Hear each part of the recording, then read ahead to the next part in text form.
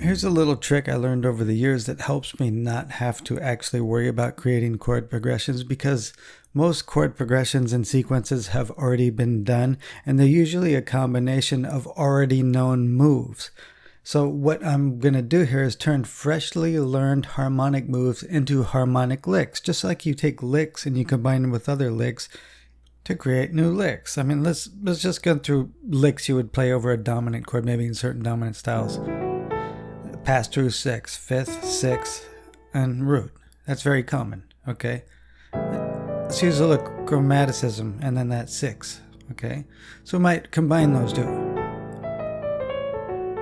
We have a new lick. 2 licks becomes 1 lick.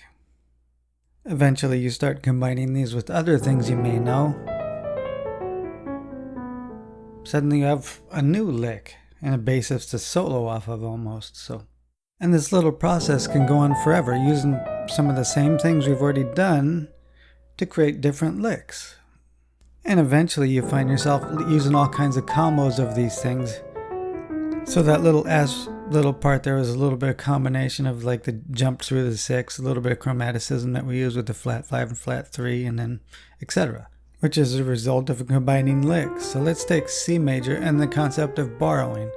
Well, let's say we learned this new move that was the borrowed flat 6 with a major 7th, the minor 5 with a flat 7, the 1, the minor 4 with a flat 7, the flat 7, and then the 1. We've just learned this move. Let's do it with the pulse. Some kind of triple pulse, 6/8.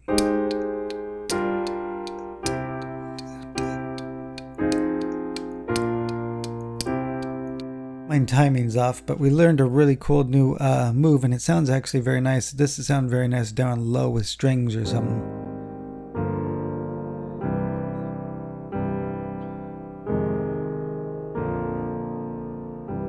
Just a very pleasant kind of sound.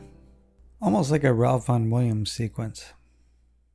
So the first thing you really want to do is learn this in every possible root. And I'd go around the circle of fifths, so I'd start it in G the first time. But first I need to know what the parallel minor 6 chord is of G, and that would be an E flat major 7th to create the same exact sequence.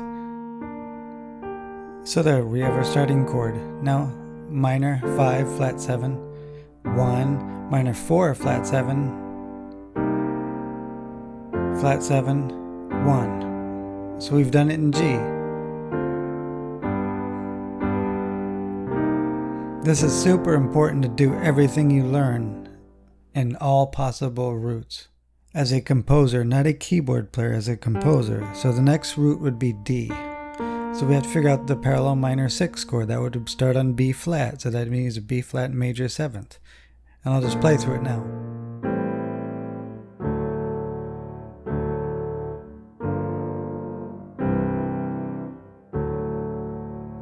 And I'm only going to go through the sequence a few times. It's up to you to completely learn something. So the next root would be A. So I need the parallel minor 6 chord would be F. Parallel minor flat 6. So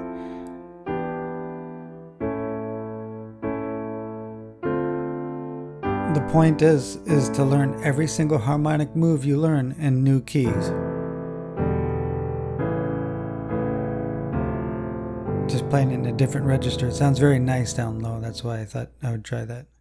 So of course, going in the circle of fifths in a clockwise direction, E would be the new home plate. So we need to learn what the flat 6 is, that parallel minor borrowed flat 6, which would be C.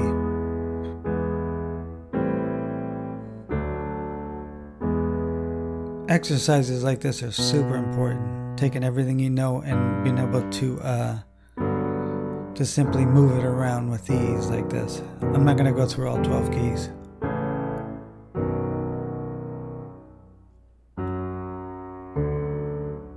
So just one more. I'm doing it real fast because being able to move around any pattern like this can be extremely beneficial. Let's just take the first part of it and I'll show you why this is beneficial. That move right there, okay? Well, for one, I could turn that into a sequential pattern that continuously wanders. Now in G, now in D, now in A. So we've created a sequential pattern out of just the first 3 chords of this, a harmonic lick. Let's do something the film buffs would be into. If you take A flat Lydian, I already know that's the 6th chord in this sequence. We could use that to escape Lydian. Exactly as we have it written out here. We could use it to escape A flat Lydian using 2 things we already know. One will be the Lydian 1-2 pedal point.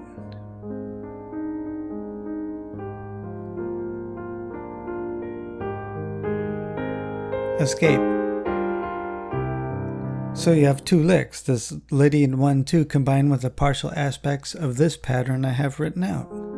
So taking F Dorian, well the A flat's the 3rd chord, G minor 7's the 2nd chord, we could go to that C chord. Doing a very typical Dorian phrase, escape. So like lick combination, that's all I'm doing here. Combining chord licks. So you might want to start doing this stuff in inversions. That's still the borrowed 6, minor 7, 5. So finding ways to just do the in-key sequence aspect of that first 3 chords in various inversions, like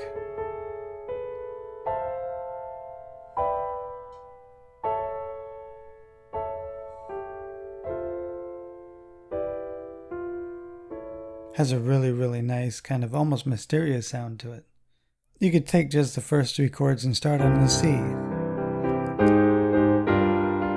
Now do the second part.